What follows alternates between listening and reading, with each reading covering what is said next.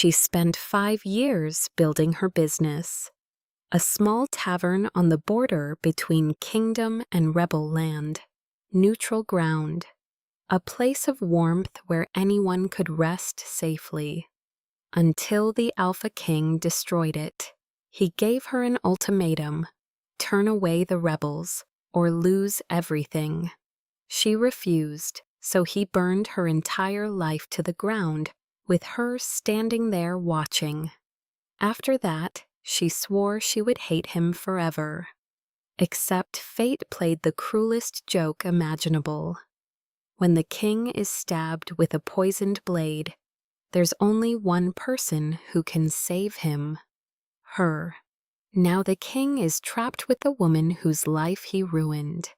The woman who glares at him every time he speaks.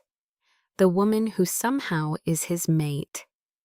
And the ruthless Alpha who burned down her entire world has to do the impossible. Convince her not to hate him long enough to make her his. Chapter 1. I am here to offer you a choice, the Alpha King said. You will close this establishment to rebel soldiers effective immediately, or face the consequences. Millie stared defiantly back at the man. A man more than capable of breaking a table in two, with a swing of his fist, whose mere presence filled the tavern with an aura so suffocating she could barely breathe. But here in the crossroads, soldier, captain, Alpha King, the title mattered not. This was her kingdom. No, Millie said, crossing her arms. The crossroads is neutral ground, has been for the entirety of the war. The king's eyes narrowed slightly. Millie ignored it. Now if you want, you're welcome to set yourself down and order a beer like any other customer, she said. But don't just stand there. You're making my customers nervous. The Alpha King sucked on his teeth disapprovingly, glancing around the room. Only minutes before, Millie had been swabbing the bar, humming tunelessly to herself when she heard the telltale clop of hooves. 5 years the crossroads had stood on this rise without incident. The Alpha King's troops and the rebels both respected its status of neutrality, a safe haven in the very heart of the conflict. Until today. Today, the Alpha King, Kenton Kenrath, had marched in and demanded that from here on out, the rebels were no longer welcome in her no-man's land, and as he'd stood there, bold as brass in the middle of her establishment, Millie had felt only a thrill of anger in her gut. She'd poured her blood and sweat into every nail and board of this structure, built it from the ground up with her bare hands. This was her realm, and no Alpha King was going to change that. Is that your final answer? He asked. Yes. Millie lifted her chin deliberately. Their eyes met. Millie refused to look away first. Have it your way, the king said, gesturing dismissively towards his men. Take the rebels outside.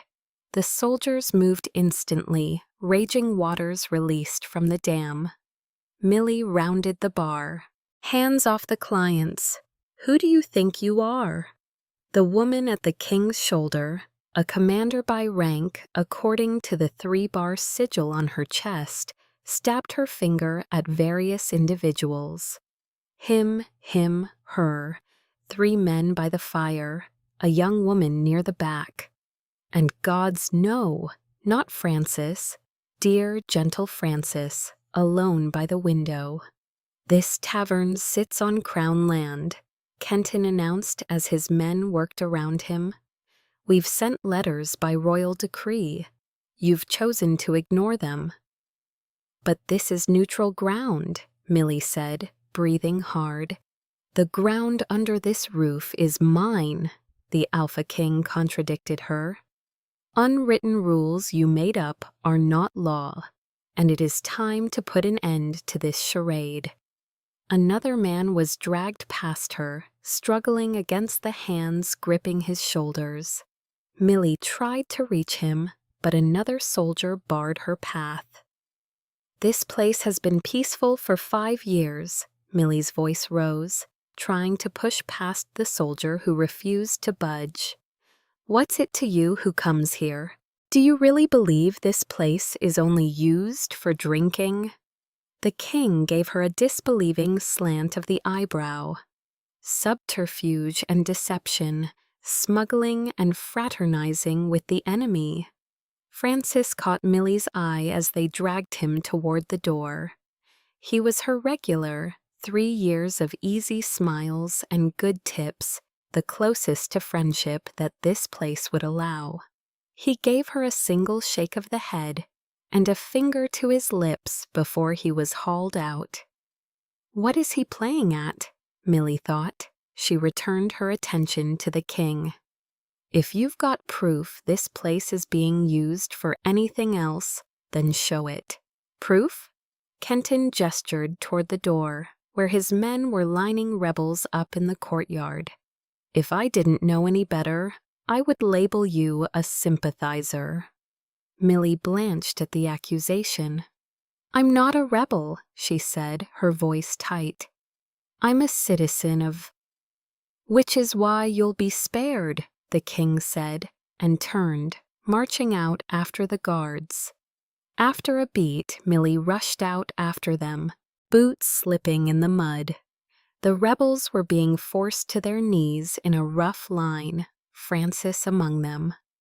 Spared? She asked, her voice tight. The first torch touched the east wall of the crossroads. The flame clutched hungrily at the dry timber, climbing fast, and heat pressed against her face. No, she shouted. You were warned, Kenton said quietly. The second wall ignited, then the third. The soldiers hurried around the house, torches in hand, birthing fire on her pride and joy. Her home. You can't, Millie spun toward him, but the words died in her throat. He stood there, emotionless, watching her entire life burn. Every nail, every board, every drop of sweat up in smoke and flame and ash. She held back her cries of anguish as she watched the flames devour her livelihood whole. The roof groaned, rafters cracked and fell. The sign above the door, hand-painted in her mother's cobalt blue, split apart. Millie turned her gaze upon the king, who met it without reproach. If there was regret reflected in the flickering orange, dancing across his features, it was buried deep. Whilst everyone was focused on the inferno, Francis darted forwards.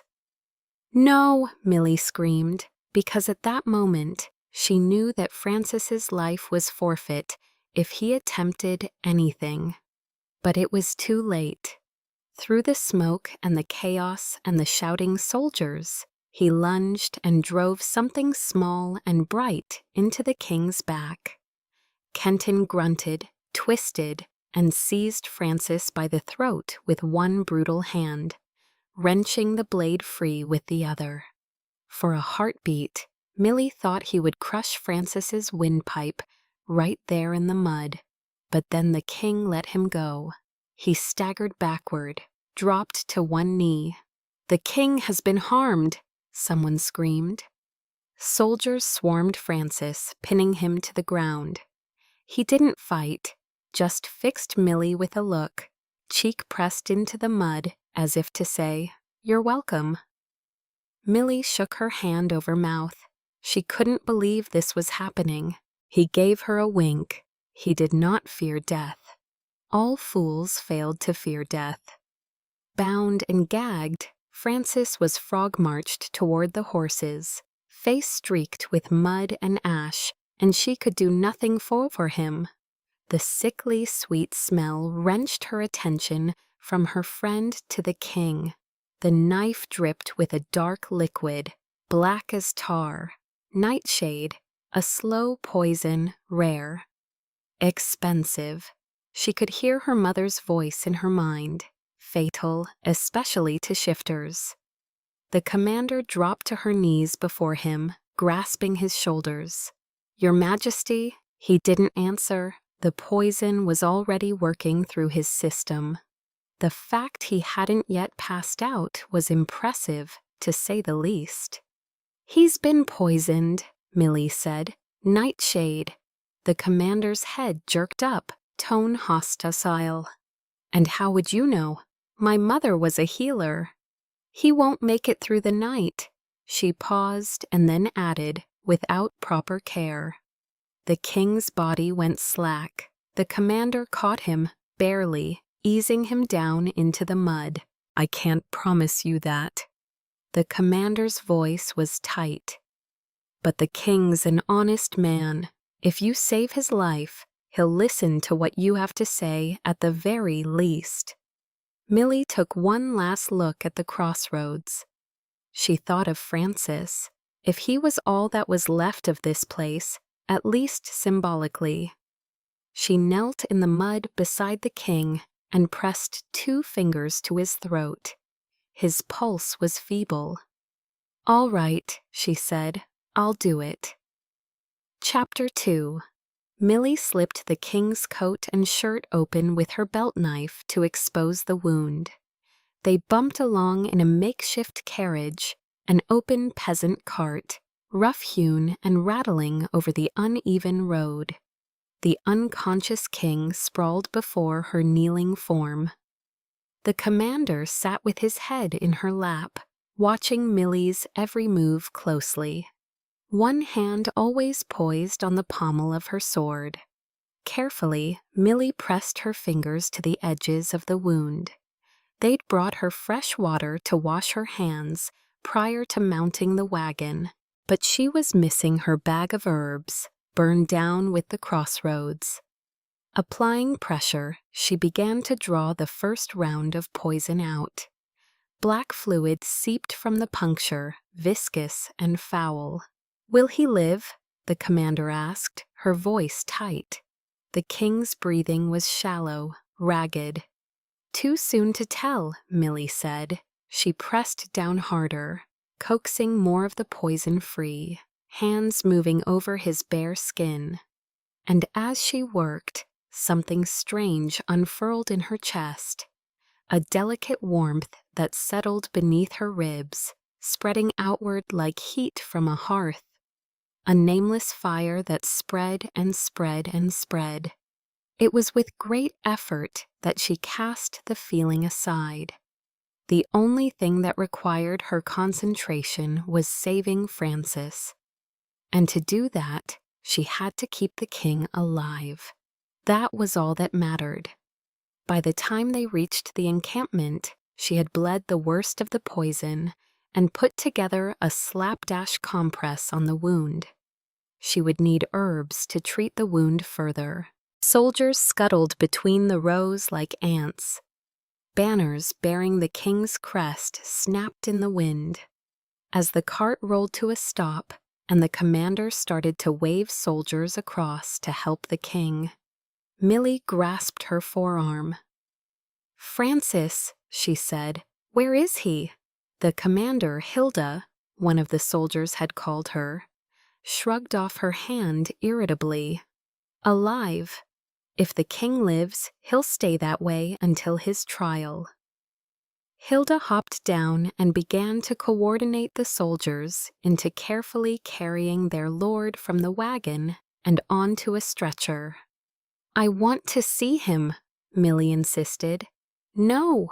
Hilda's tone left no room for argument. "Remember the deal." Millie's jaw tightened. They carried the king into the largest tent at the center of the camp and laid him on a cot. On the way, Millie listed the herbs and supplies she would need. She worked through the afternoon and into the evening, checking the king's temperature, cleaning the wound, watching for signs of further seizure. The camp's healer, A young man who looked like he still belonged in school took over for a few hours so she could rest. When she returned to the king that evening, the wound had been cleaned and dressed. She could see the careful work of the camp healer in the neat bandaging. The way the edges had been packed with the poultice she'd described. Perhaps there was more to the kid than he let on. She knelt beside the cot and examined the skin around the wound, running her fingers lightly over the inflamed edges. A hand grabbed hers, Millie startled, her eyes snapping up. The king was awake. He was watching her, those warm brown eyes struggling to focus. He didn't say anything, just stared, probably trying to make sense of where he was and what was happening. Eventually, the vice eased on her hand and released her. "I'm going to continue inspecting your wound," she said, keeping her voice level. She saw him frown, but he let her continue her work. When her fingers made contact with his bare skin again, the warmth that had assailed her in the wagon bloomed in her chest once more. She shoved it down. She felt him shiver beneath her touch, though his skin was warm to the touch. "You're the woman from the bar?" he asked after a moment. "What are you doing?" "Baking a cake," Millie said without looking up. The king was silent, as if seriously considering her claim. "You've been poisoned," Millie supplied helpfully. "Poisoned?" he asked. She nodded, unfamiliar with the concept. "No, I got that much," Kenton said gruffly. He went back to watching her. It unnerved Millie slightly. When he sat up with a grunt, she put her hand on his leg to still him. "Don't move," she said. "There's still poison in your system. You need to remain calm." There was a pause. He cleared his throat. Another pause. He cleared his throat again. "The tavern," he managed finally. It was a necessary measure. He said it all clipped, formal, as if reading from a script. He hadn't even apologized. Not really. Millie said nothing. The king cleared his throat again. "I will see to it you are compensated when the campaign allows." He insisted. She met his eyes then. "That won't be necessary," she said. He searched her face. "Then what do you want?" he asked. "If you're hell-bent on compensation, I ask only for the life of the man who poisoned you." "Spare him." The king blinked. "He's in your custody now," she continued. "I cannot do that," he said, "and there was no cruelty in it. He's a rebel, a traitor to the crown. He deliberately tried to kill me." "Out of misplaced loyalty for me," Millie said, her voice rising, "because you burned down my tavern." The king's jaw clenched. "If I let this man off scot-free, I am giving license to all would-be assassins out there to take a pot at me." Millie made an ugly sound. "I'm done for today," she said sharply. "Move as much as you want. Hopefully the poison will spread faster that way." She made for the tent entrance, but his hand shot out and caught her wrist, pulling her back. "If you want to be angry, Kenton said, his eyes fixed on hers. "You can yell if you want to." It stunned her. She was angry, furious, but if he asked for it, she would deny him it. He deserved nothing of what he asked for. "Your fever will spike tonight," she said, twisting her wrist free. "Get one of the other healers to deal with it." Then she ducked out of the tent and did not look back. Outside, the evening air was cool against her flushed face. As she strode, a realization struck her. It wasn't just for Francis that she was helping the king. It was out of spite. She would not let him escape what he'd done by simply dying. He was going to live. and he was going to look at her every day and live with it. Then she thought of that warmth in her chest when she touched the king's skin, and she kicked a stone on the path hard enough to send it skittering into the dark. Chapter 3.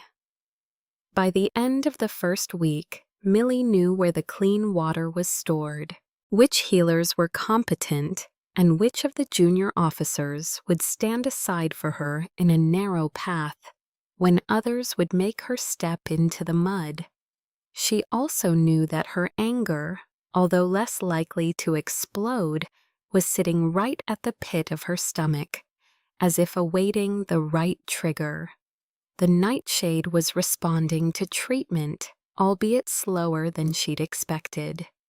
King Kenton's fever broke each afternoon and returned each night, climbing higher as the sun set. She built a dosage schedule around the rhythm. During those first 3 days, the king did not try to speak to her again. Each time she tended to his bandages, he would sit in silence and watch her. Their second proper conversation occurred 3 days into this routine. The silence was broken only by the grind of mortar and pestle in her hands and the rustle of wind on the tent flaps. Until, "You're still here." His voice split the tenuous peace. "Looks like the poison hasn't affected your eyesight," she replied. A beat of silence. "Is that a possibility?" he asked. She glanced up then, meeting his gaze. "If the patient talks too much, yes," she shrugged. She watched him without the inkling of a smile. His own expression remained blank. "Then I will do my best to speak as seldom as possible," he conceded. After another short pause, he added, "Is there anything I can do to speed up the process?" Millie leaned forward slightly. "Proper motivation would help. The life of your king isn't sufficient." She gave him a withering look, and his mouth twitched slightly, something between a smile and a grimace. "You're still hoping I'll spare your rebel friend?" he guessed. "Just because he happens to be from beyond the border does not make him a rebel," Millie said sharply. "Believe it or not, most people don't care about your war nor want to be part of it. We have more interest in living than killing." He watched her for a long moment. "I understand you feel that way," he said, and he sounded sincere. She grunted dismissively, concentrating on blending herbs. "But I don't have the luxury to feel that way," he finished. Millie rolled her eyes. "Peace isn't a luxury," she said, "and neither is mercy." He sighed, then leaned back slightly against the pillows. "Did you know," he said carefully, "the Crossroads wasn't just a tavern to my intelligence officers." "It was to me," Millie said, not looking up from her work. "For 6 months we tracked rebel communications through the border zone," Kenton continued. "Messages passed through your tavern, operatives sheltered there between missions. Supply routes were coordinated under your roof." "Yeah, so people talked," Millie said flatly. "That's what happens in taverns." "Coordinated," he corrected her, his voice patient, measured. "We documented the pattern, rebel soldiers arriving on specific nights, leaving before dawn. The same faces, the same routes, specific nights." The words wormed into her mind despite herself. Same faces, same routes. No, she refused to let him rewrite what the Crossroads had been, what it had meant. "My tavern was neutral ground," Millie snapped. "It doesn't matter what they were doing. That's the whole point of neutral territory. Your own troops were also discussing their plans, I'm sure. My tavern was a haven for everyone." Kenton sighed heavily. "And I'm grateful my boys had somewhere safe to rest," he said. but that doesn't change what the rebels were using it for. He watched her cutting fresh bandages, her movements sharper, angrier. I sent letters, he said, trying a different tact. Sure, 3 of them, she quipped, the scissors snapping through fabric with more force than necessary. Ordering me to close my doors to half my customers. Warning you, he corrected, that if you continue to allow— I didn't allow anything, she snapped. I served beer, that was all. The king's eyes narrowed. You refused to choose a side, he accused, because there shouldn't have to be sides. Millie sighed. Not in every corner of this kingdom. Not in every building and every conversation. Some places should be allowed to just exist without your war crawling into them. He was quiet for a moment. I made the call I would have made for any such asset in the border zone, Kenton said, and this was the moment she stopped cutting entirely. And I stand by the calculation, even if I regret the cost.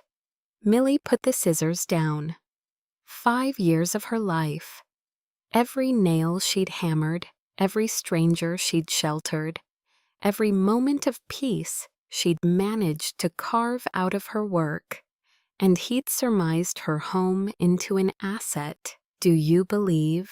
She asked quietly, her knuckles white against the edge of the table.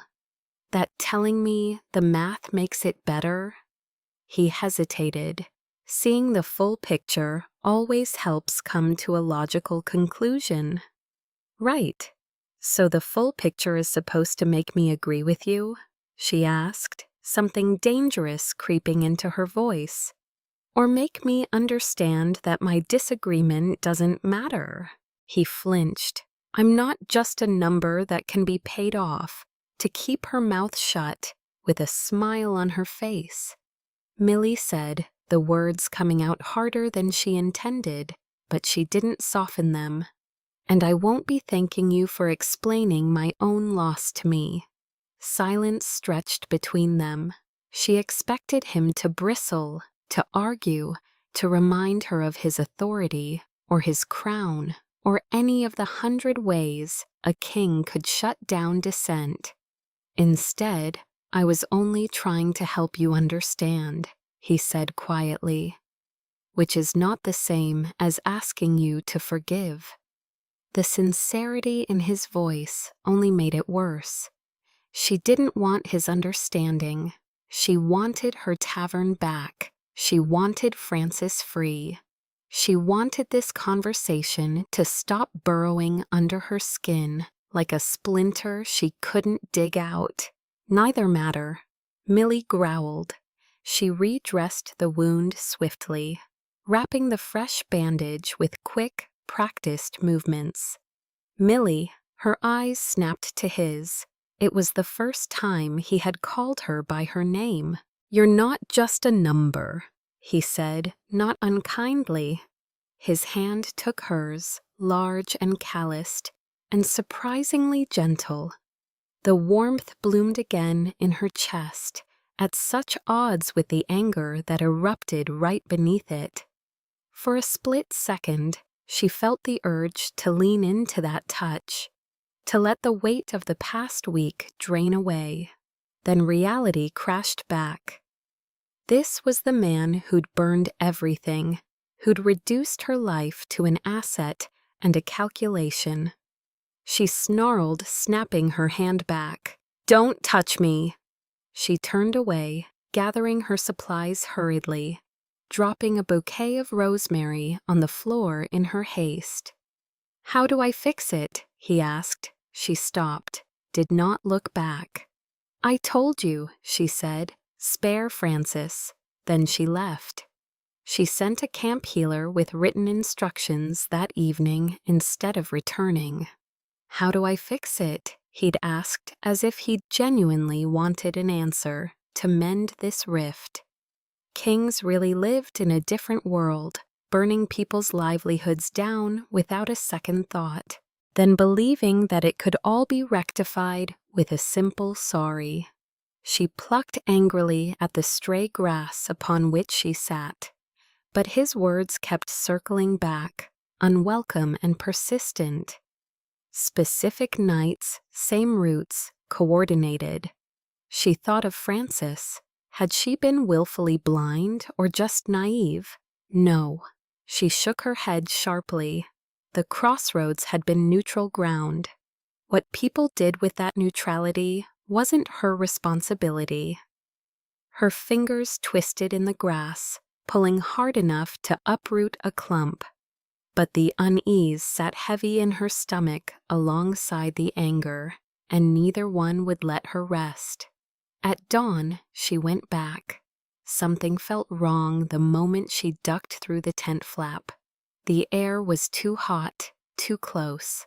The brazier burned low, but the heat radiating from the cot was stifling. He was feverish and unconscious when she entered, his breathing shallow and uneven. The young camp healer looked up, relief flooding his face the moment he saw her.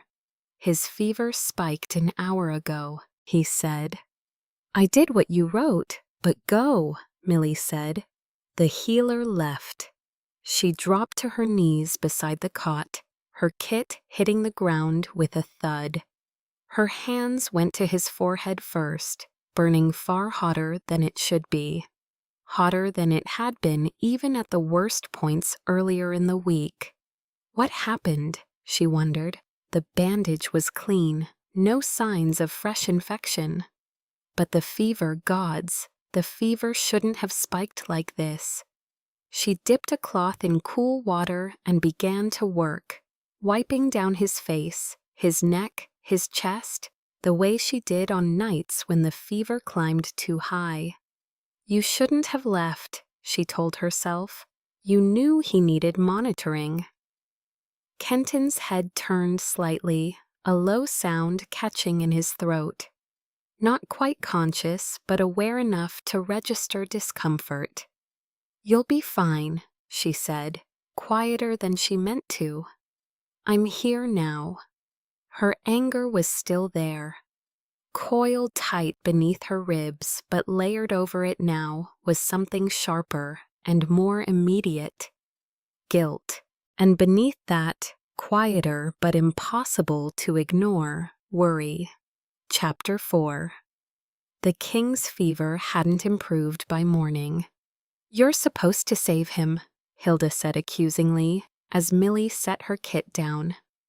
Nightshade isn't easy to shake, she replied levelly, and I still haven't even gotten to see Frances yet. Hilda drew herself to full height at the counter-accusation, but Millie didn't back down. Let me see him, she negotiated. Hilda's mouth pressed into a thin line. Fine. Millie permitted herself the smallest of smiles of triumph as she bent her head and got back to work. Keep the fire low, she said to Hilda without looking up, and the water cold. Hilda grunted. Pressing 2 fingers to Kenton's wrist, she counted the beats in his pulse, but was instantly distracted by that strange pull again, as if there were an invisible cord linking her to him, threading through her chest and settling, burning and insistent beneath her ribs. She forced herself to concentrate, watching the flutter of his pulse beneath his skin. She released his wrist. Instantly, Kenton gasped in a wet, rattling breath, back arching. Millie frowned, confused, and checked his pulse again. It was racing once more, but as she held on to it, the pull returned. The warmth bloomed. His pulse steadied. She stared at her own hand, then back at him, at the fever flush across his cheekbones, the way his chest rose and fell in shallow bursts. What in the world? She whispered. She dropped his wrist again, standing, hand to her chest. The moment she released him, Kenton started to writhe again. What are you doing? Hilda demanded nervously. Millie was too frightened to reply. Not by the fever or the king's condition, but by this strange magnetic tug between them. What did it all mean? She was at a loss to explain. And before Millie could find the words, Kenton gasped awake, eyes bulging and unfocused, strong fingers clutching into the straw of his mattress. Their eyes met. His gaze was wild, unseeing, lost somewhere between fever and consciousness. "Your Majesty," Millie murmured, uncertain. His fingers wrapped around hers with surprising strength for someone so weakened. And then his lips pressed against her knuckles. Heat flooded through Millie, sharp, startling, completely unbidden. Then he turned her hand over, mouth finding the pulse point at her wrist, lingering there. Her breath caught. She could feel the way his breath came in ragged bursts against her wrist. The pull between them flared so bright it almost hurt. She needed to pull away, but she was frozen, staring at the king of the realm, pressing his mouth to her skin. "Stay," he breathed, the word barely audible, but carrying the weight of a plea. Millie's thoughts scattered like startled birds. This means nothing. He's delirious. He doesn't know what he's doing. But her body didn't seem to care about logic. She was acutely aware of every point of contact, the heat of him radiating through the thin space between them.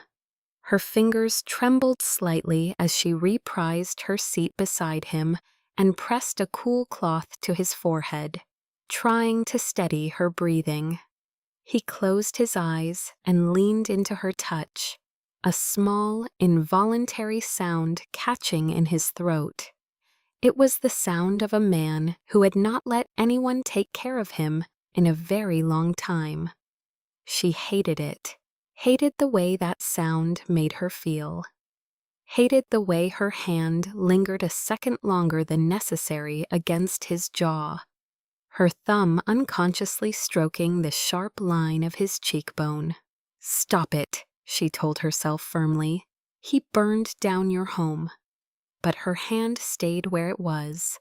The fever broke in the gray hour before dawn. First his breathing evened, then the trembling stopped. Then his eyes opened, clearer than they'd been in hours.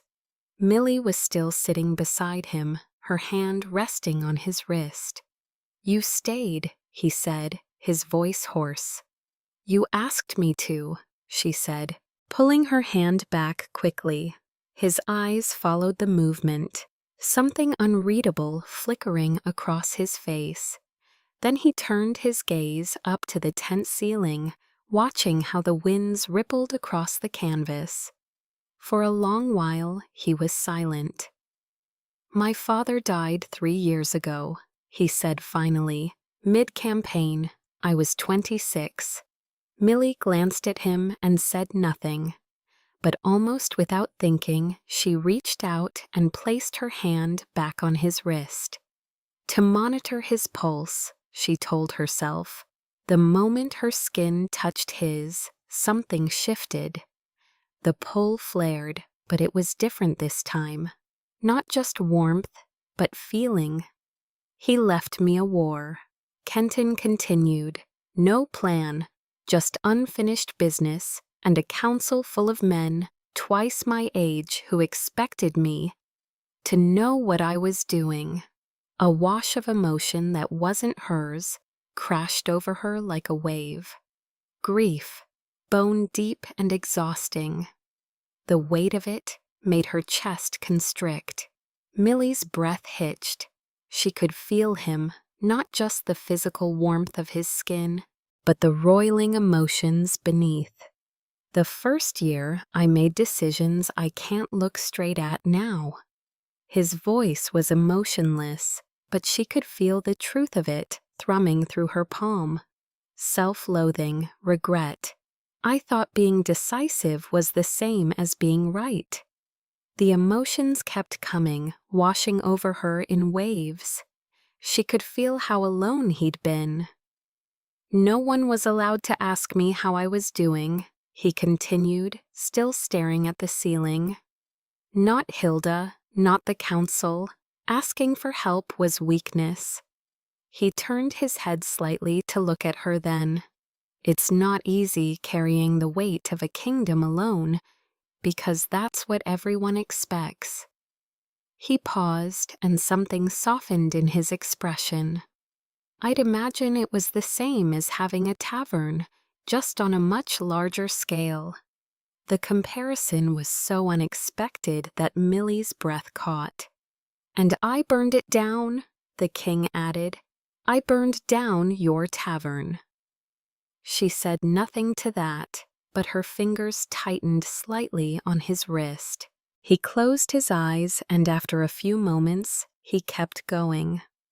I killed 200 men in the first month. Sent them into a valley. His voice was barely above a whisper.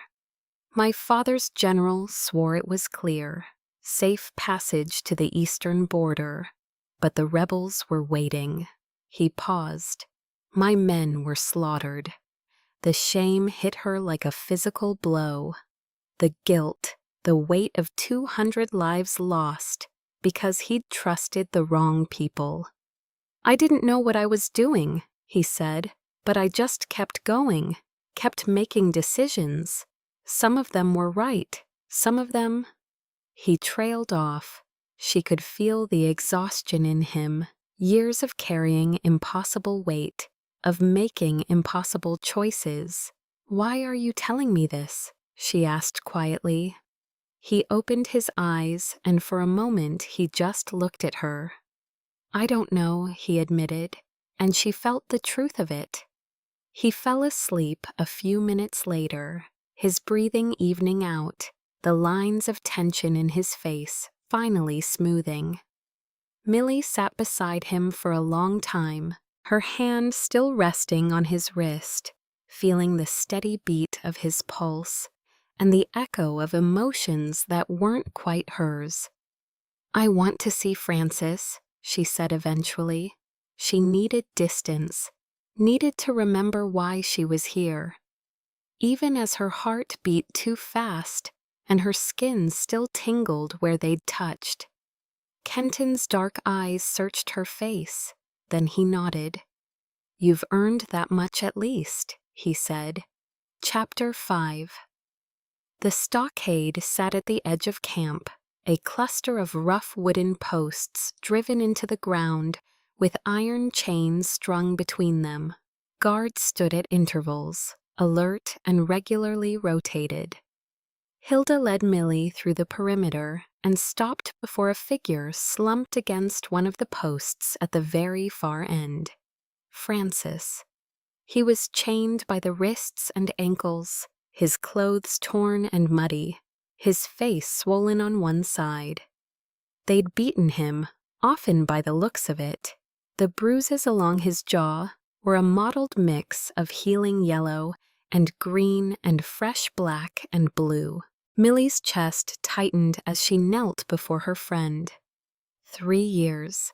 3 years of easy conversation and terrible jokes, and the way he'd always left an extra coin on the bar when he thought she wasn't looking.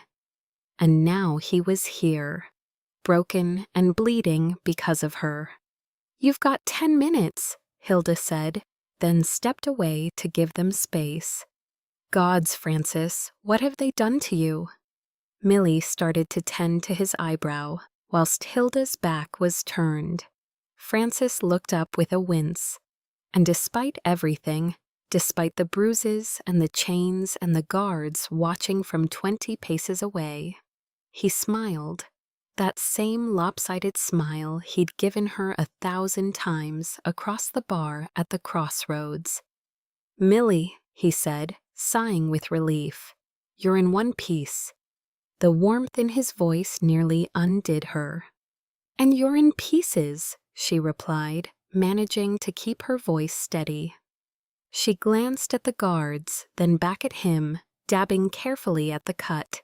This is absurd. You're not even a rebel. not even their enemy. It's what they do, Francis interrupted gently, and there was something in his tone, a weariness maybe, or resignation that made her pause. You shouldn't have done it, she said quietly, stabbing the king. What were you thinking? Once he recovers fully, I hope to make him see reason, but Francis winced. I couldn't just sit there and watch whilst he burned down your home. Her throat tightened. Your home, not the tavern or the crossroads. He understood what it had meant to her, what it had cost her. Still, though, throwing your life away on something that was already going to happen. Not very smart, she said. It didn't bring the crossroads back, Francis. All it did was land you here. He deserved it, Francis snapped. After what he did to you. Yes, it was awful, granted. Millie pressed harder than necessary on the wound. But what you did was reckless. You could have just walked away, found safety beyond the border. But instead, there are some things you just can't walk away from. Quietly, Francis interrupted, and when she finally looked up, his eyes were fixed on hers, and it made her pause. He meant her. He'd done this for her. Millie's hand stilled. I'm trying to negotiate for your freedom, she said after a moment, her voice softer now. I've been treating the king, saving his life, in exchange for yours. Francis's expression softened, and for a moment he looked like the man she'd known, the one who'd teased her about her terrible singing while she cleaned glasses. Who'd helped her fix the broken shutter without being asked. Thank you, Millie. He paused, and something hopeful flickered across his bruised features. If you do manage to negotiate my freedom, I want you to come with me. We'll rebuild in a safer place beyond the border, somewhere the king's reach doesn't extend. Millie considered it.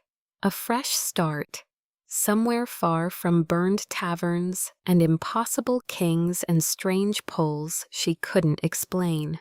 Somewhere she could rebuild what she'd lost, with someone who understood what it had meant. She had nowhere else to go. The crossroads was ash, her savings with it. She had no family, no home, no plan, and the lure of neutral territory where this war could not touch was all the argument she needed to convince her. How can you even be sure they'll let me in beyond the border? She asked. Francis smiled faintly. I've got contacts there, people who owe me. You'd be safe, I promise. Safe. The word wrapped around her like a blanket. When was the last time she'd felt safe? Millie found herself smiling back, small but genuine. You always did have a knack for knowing people. Learned from the best bartender in the borderlands. He smiled. We done here? Hilda appeared at her elbow again, shattering the moment. Millie stood reluctantly. I'll see what I can do, she told Francis, who gave her another wink. Slower, more painful than usual, but still him. Take your time. I'm beginning to like it here, he joked half-heartedly. Despite everything, Millie felt the corner of her mouth twitch. Liar. As she left him, his words echoed in her mind. Come with me. A future, a way forward. And so later that afternoon, she returned to Kenton's tent to check on his wound. She ducked through the entrance and froze. He was sitting up when she entered, propped against the pillows, looking stronger than he had in days. His dark hair was still damp, like he'd recently washed, and he'd changed into a clean shirt that hung open at the collar. When he saw her, he smiled. It was only a smile, and yet his whole face transformed, the hard edges softening, those brown eyes crinkling at the corners, and Millie's heart jolted in her chest. Heat bloomed again beneath her ribs, so much more powerfully than before. Stop it right now, she told herself. You look wonderful, Millie said quickly, too quickly, the words tumbling out before she could stop them. Heat flooded her cheeks. I mean, you look better.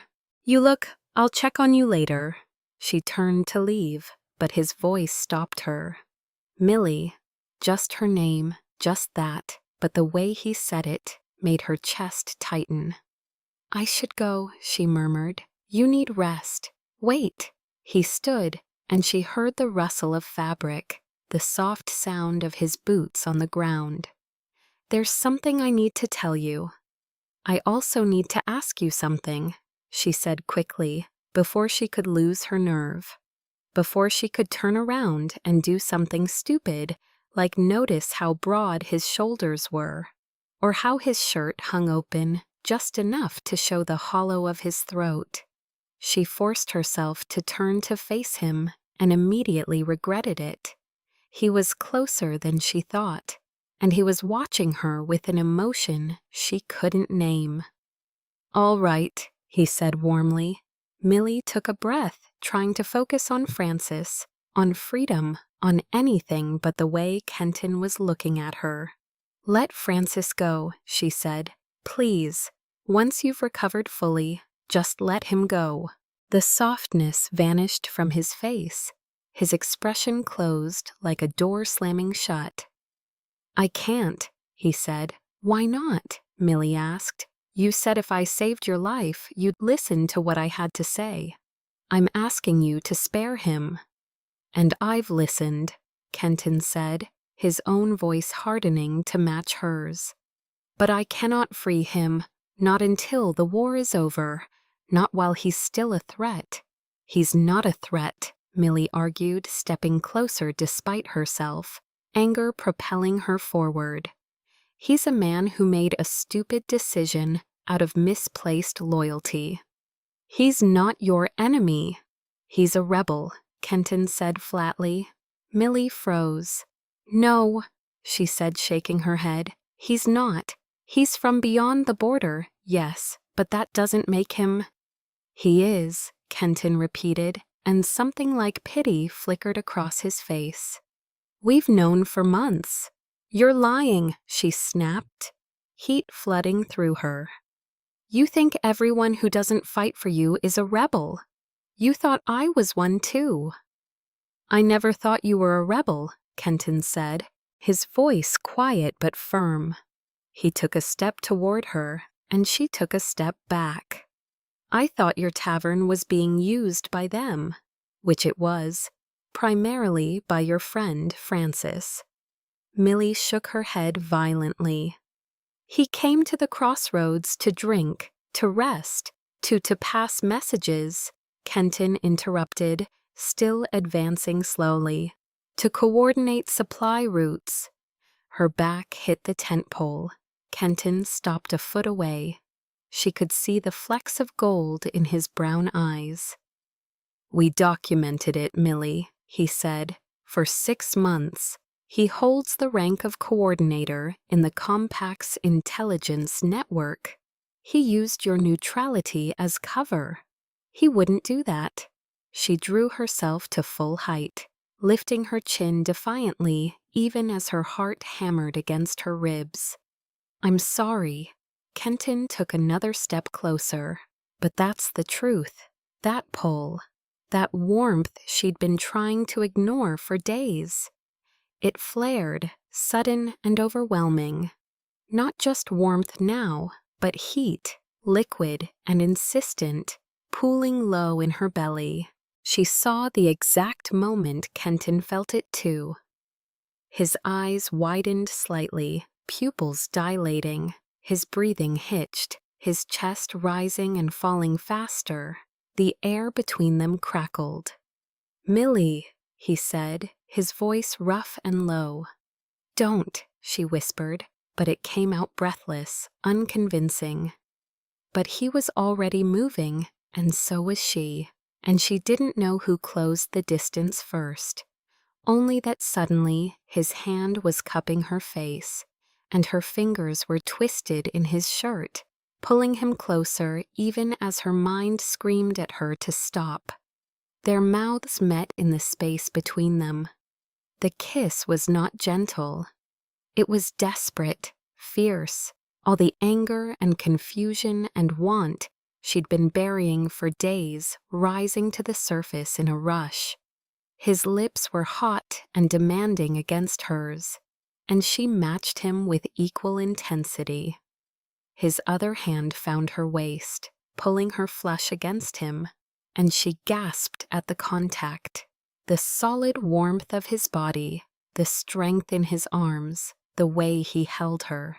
Her hands slid up his chest, feeling the hard muscle beneath the fabric, and he groaned against her mouth, a low sound that she felt vibrate through her entire body. His hand on her face tilted her head, changing the angle, and the kiss went deeper, hungrier, and reality crashed back in. "What am I doing?"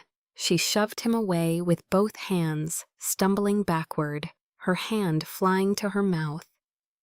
"No," she gasped, her chest heaving. "No, I'm Millie." Kenton reached for her, his eyes dark and intense. "Don't touch me." She backed toward the tent entrance, her heart pounding so hard she could barely breathe. "I need to. I have to go. Wait." Kenton's voice was commanding, edged with something desperate, and she froze despite herself. "You feel it, don't you?" The pull. She didn't answer.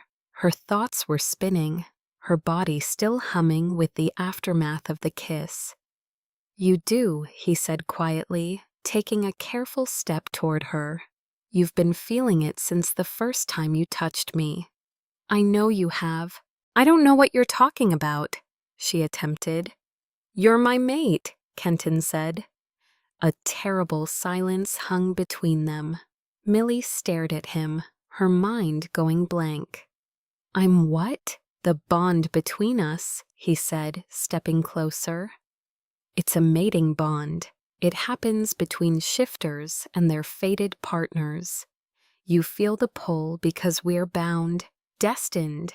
"No!" She shook her head violently. "That's not possible. That doesn't happen to humans."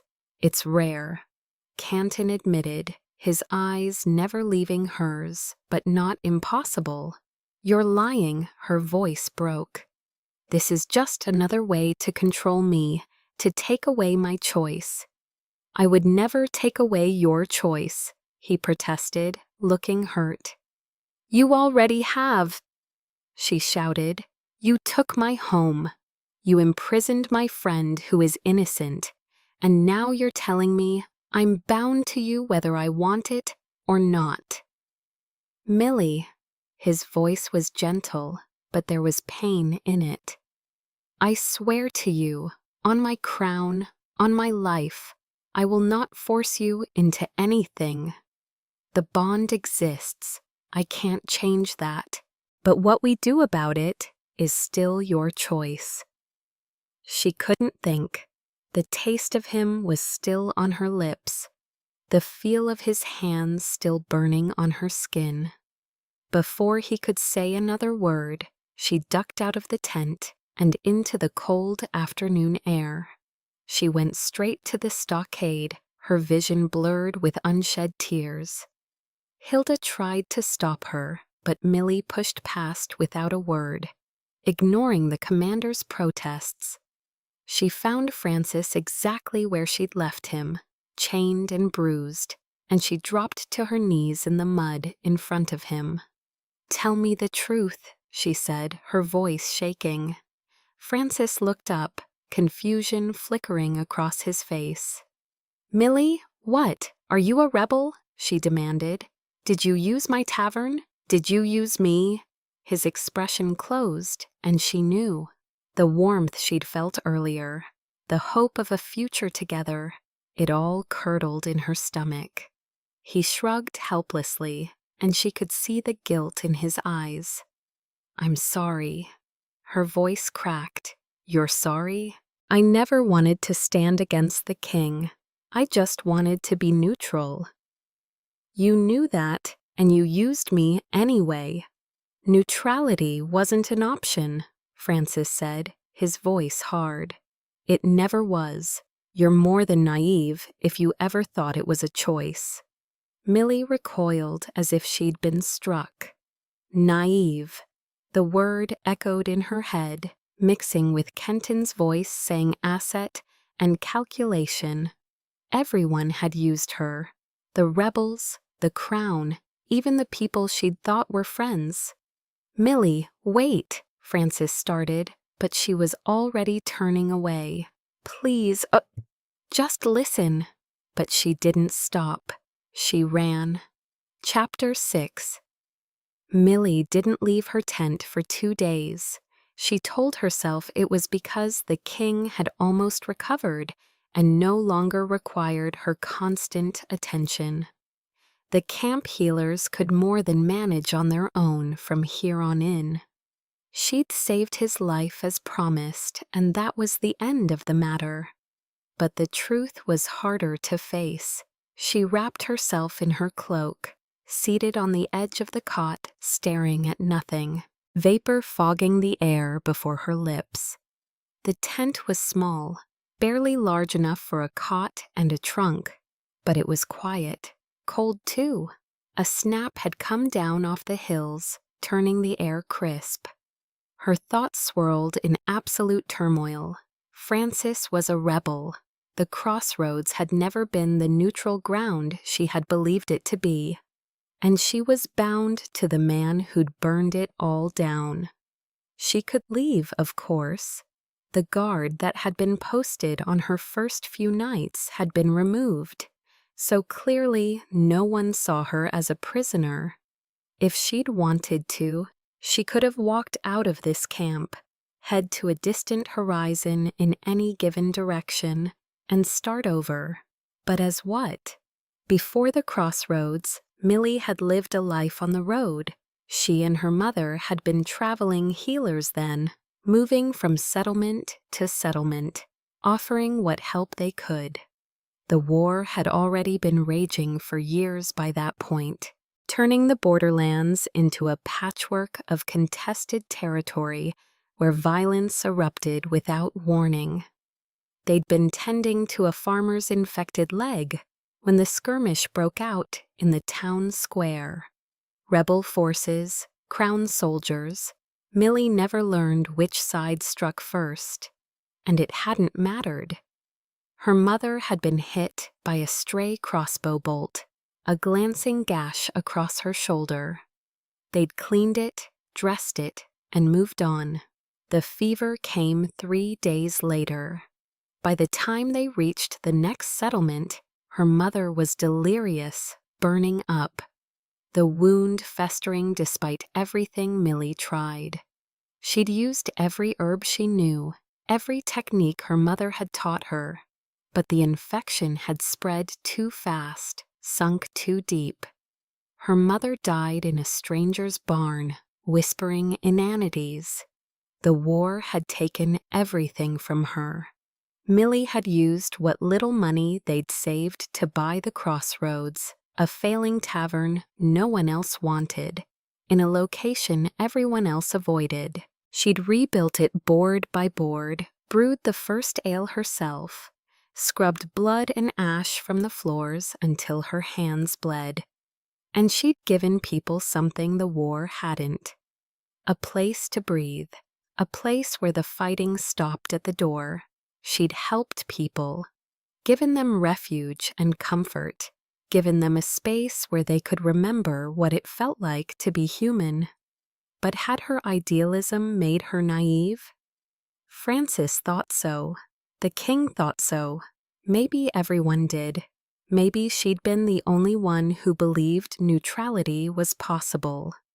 Someone cleared their throat at the tent flap. "Who is it?" Millie called, not moving from the cot. Hilda ducked inside, looking stiff. "Thought you should know." The king commuted the execution order. Millie's head snapped up. What? Your friend Francis, Hilda said. He'll remain a prisoner until the war ends. But he won't hang. The king made the order official this morning. Millie stared at her. Why? Hilda's mouth twitched. You'd have to ask him that, though I can tell you his counsel wasn't pleased. Neither was I, for that matter. The man tried to kill him. This will invite more attempts on his life. Mark my words. Then why did he do it? Like I said, ask him yourself. She turned to go, hesitated, then added, just thought you should know. She left. Millie sat very still, her mind racing. Kenton had spared Francis. Not freed by any means, but his life was safe for now. Relief flooded through her, mixed with a boatload of confusion. The king had taken the decision based on her plea. He had listened to her. She felt that tug in her heart, that warmth. What he'd referred to as the bond. Burying her head in her arms, she closed her eyes tight and tried to chase all feeling away. She didn't know how to feel about anything anymore. By the third day, she'd made her decision to leave. The king was recovering. She'd double-checked with the camp healer that morning, casually, as if she didn't care. His fever was gone. The wound was clean. He'd be back on his feet within the week. Her work here was done.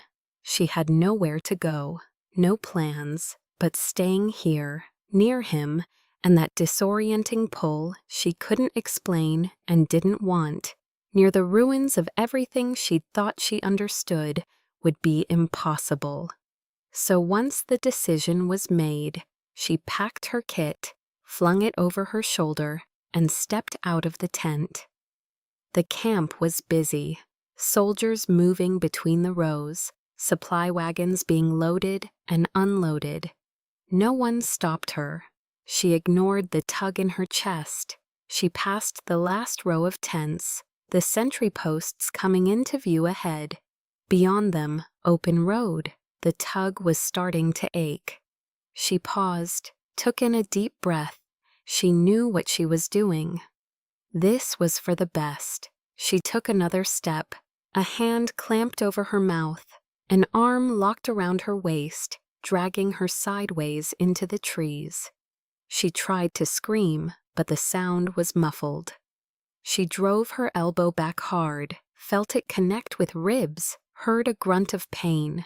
But the grip held fast. Another figure stepped out of the trees ahead of her. A woman, scarred and sharp-eyed, wearing the rough leathers of a border fighter. A rebel. Millie Voss, the woman said, you're coming with us. Chapter 7. Millie woke to rough voices and the smell of damp earth. Her head throbbed. Her hands were bound tightly behind her back with coarse rope. She was sitting against a tree, the bark digging into her spine, and when she tried to move, a wave of dizziness washed over her. She's awake, someone said. The scarred woman from before crouched in front of her.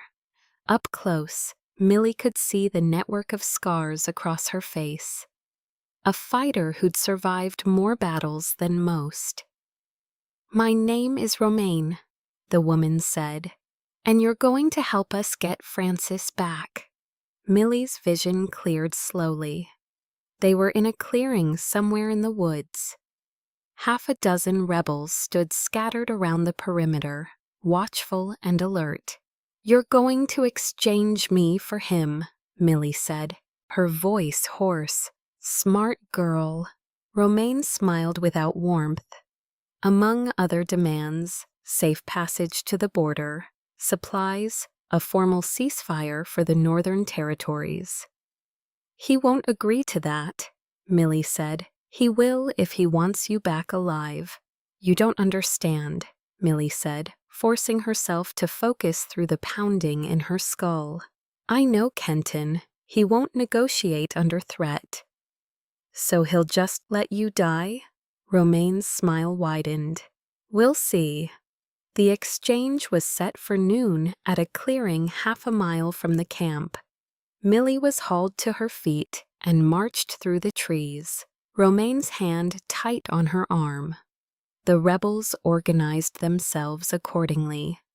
Archers in the trees, fighters along the tree line, ready to scatter or strike depending on how things went. They dragged her into the center of the clearing and forced her to her knees. And then they waited. The sun climbed higher. Millie's knees ached against the hard ground. Her wrists burned where the rope had rubbed them raw. She gritted her teeth and held her tongue and waited. Somehow, somewhere deep down in her gut, she felt him coming before she saw him. Seconds later, Kenton stepped out of the trees. Millie's breath caught. He was still pale and moved stiffly and hardly looked in shape for combat. His commander, Hilda, walked at his shoulder, hand on her sword hilt. And between them, hands bound but seemingly unharmed, was Francis. Kenton's eyes found Millie's across the distance, and something fierce and protective blazed in them. The bond surged in her chest, sharp and insistent. "Your Majesty," Romaine called out. "How good of you to come in person." "Release her," Kenton said, his voice carrying across the clearing. "And we'll talk." "Oh, we'll talk," Romaine said. "But first, let's discuss terms. We want Francis released, safe passage to the border for all of us, supplies, food, medicine, weapons, and a formal ceasefire in the Northern Territories for 6 months." "Not happening," Kenton said flatly. Romaine gestured, and one of the rebels grabbed Millie by the hair, yanking her head back. A knife appeared at her throat. Millie's heart hammered, but she forced herself to stay still. "Let's try this again," Romaine said. "We want—" "I heard you the first time," Kenton interrupted. His eyes hadn't left Millie's. "You don't negotiate by putting a blade to someone's throat. That's not negotiation. That's blackmail." Romaine laughed. "You burn villages, execute prisoners. You spend years grinding us into the mud, and you want to talk about playing dirty?" "I want to talk about ending this war," Kenton said, taking a cautious step forward. "But not like this.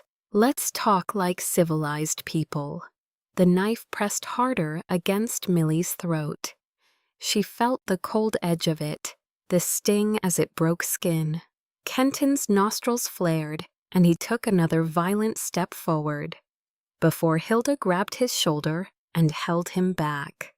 Romaine's eyes narrowed, flicking from the Alpha King to Millie and back again. "What have we here?" she cooed with a triumphant chuckle. "Has the Ickle-Wickle King found himself a pet?" She eyed them more closely, ran the knife in aimless circles down Millie's neck, taking in her flushed cheeks, her heightened breathing. "She wouldn't be your mate, would she?" Romaine let that sit between them for a few seconds before she burst out laughing.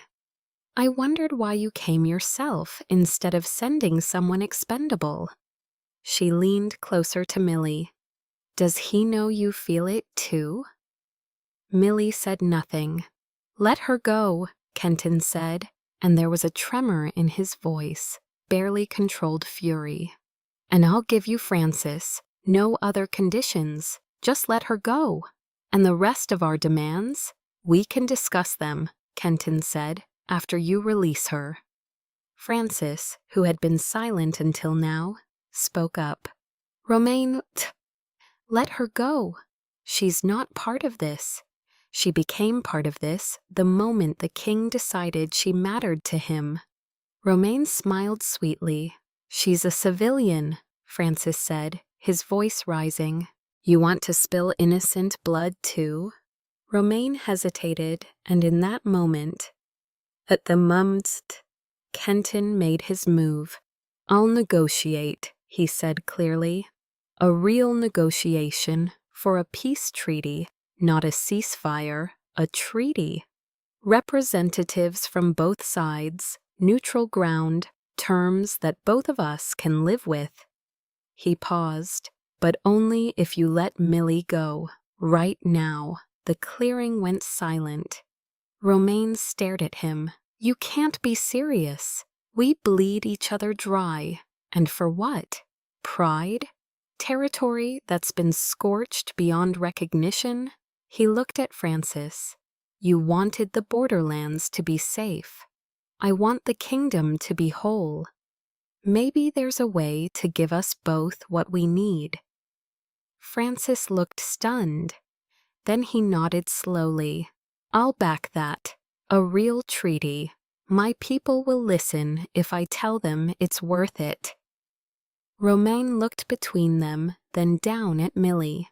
"Fine," she said finally. She gestured and the knife pulled back from Millie's throat. "Send Francis over and she's yours." Kenton nodded to Hilda, who cut Francis's bonds, and gave him a shove forward. Francis walked across the clearing slowly, hands raised, shock but hope in his eyes. Millie was hauled to her feet, her bonds sliced and shoved forward. She started to cross as well. She caught Francis's eyes and he gave her a wink.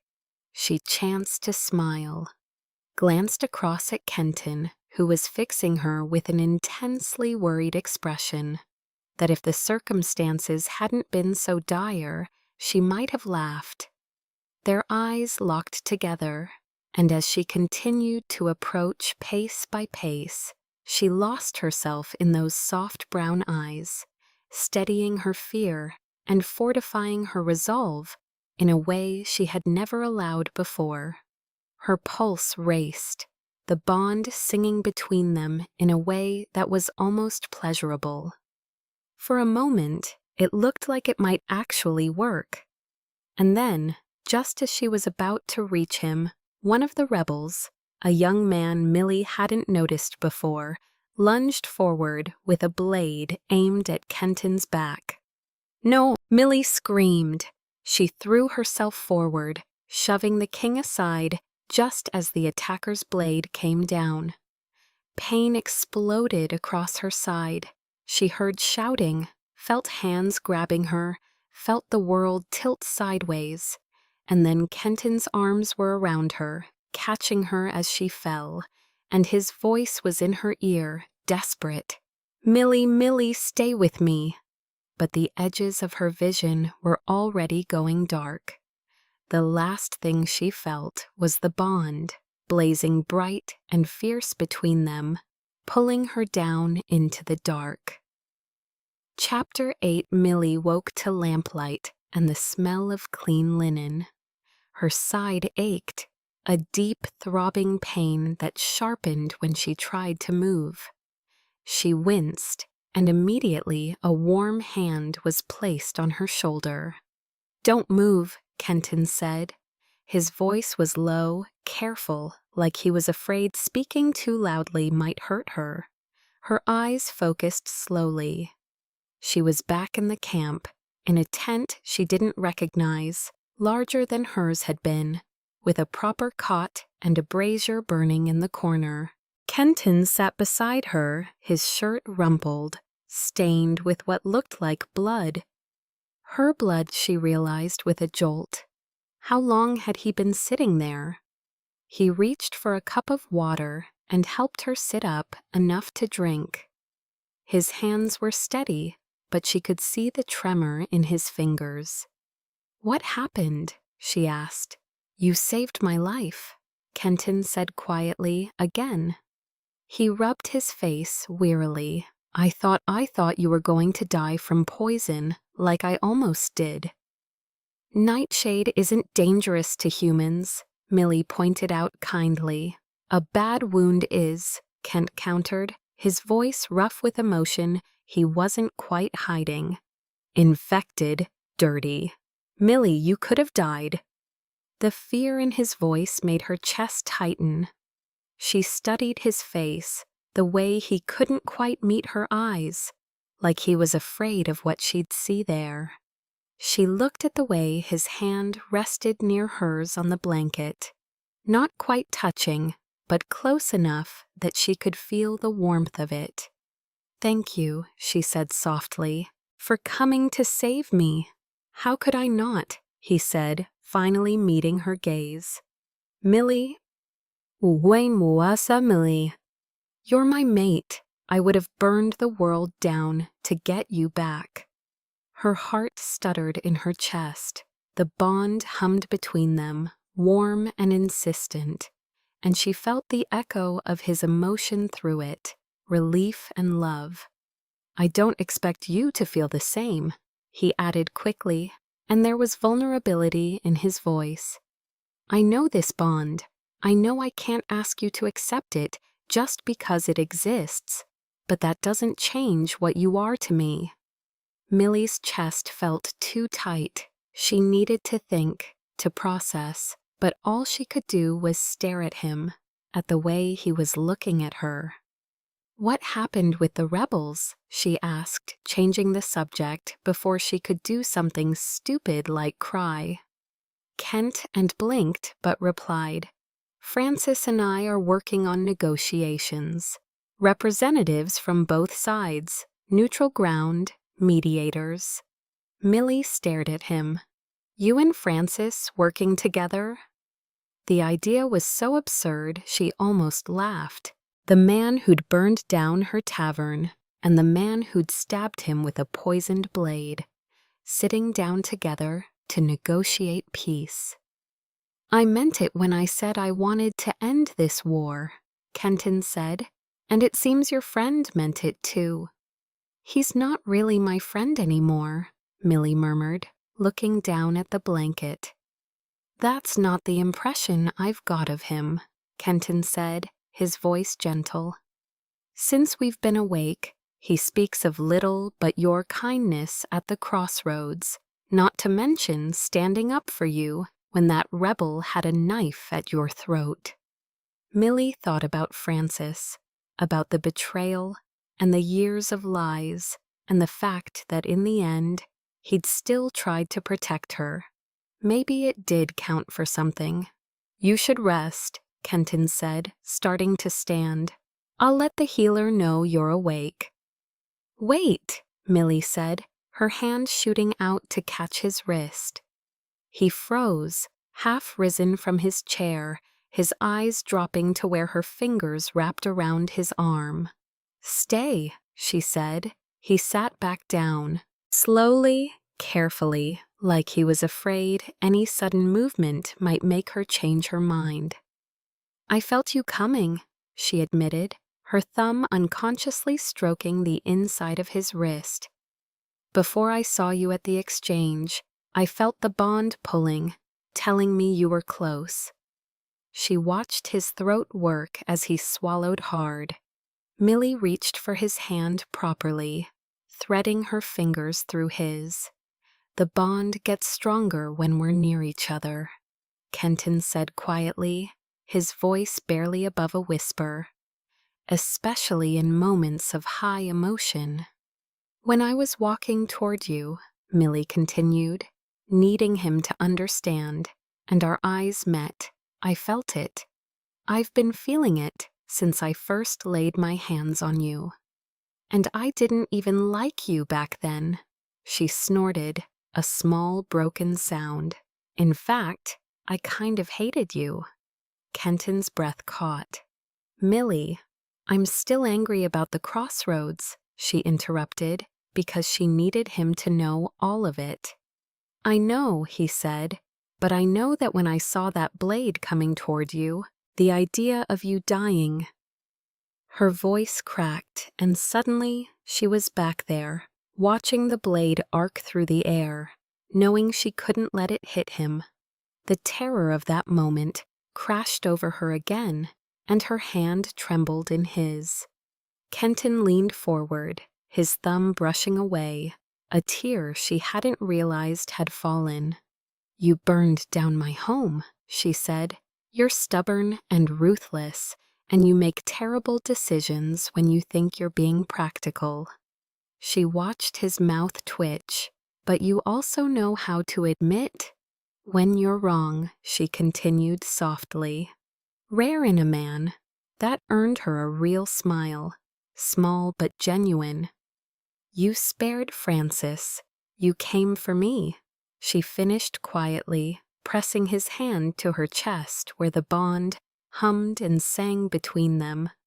"I don't know what having a mate means exactly," she said, watching the way hope bloomed in his eyes, the way he seemed to hold his breath, waiting for her next words.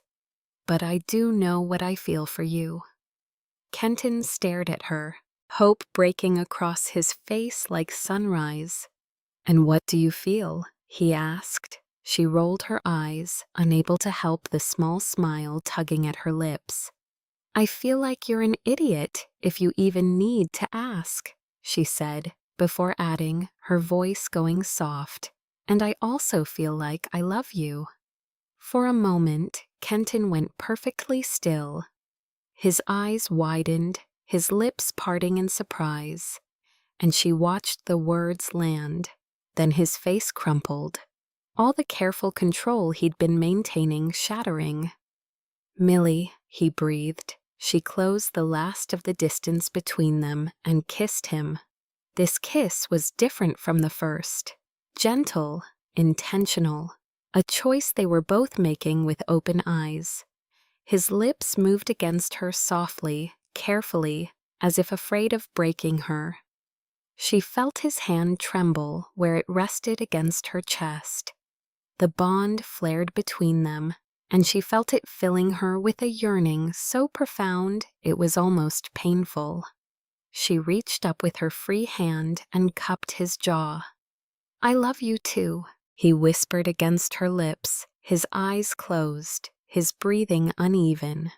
"Good," Millie said, her thumb brushing along his cheekbone. "Because you owe me a tavern, and I'm not letting you off the hook so easily." Kenton laughed, a real laugh, bright and unguarded, that shook his shoulders. "I'll build you a dozen taverns if you want them," he said, and the way he looked at her, like she'd just given him the world, made her believe he meant it. "Just one will do," she said, smiling, "but it better have west-facing windows." "For the sun sets," he agreed, and when he kissed her again, slow and sweet and full of promise, she let herself fall completely into it. Into him, into this impossible bond, into a future she'd never imagined but suddenly couldn't wait to build.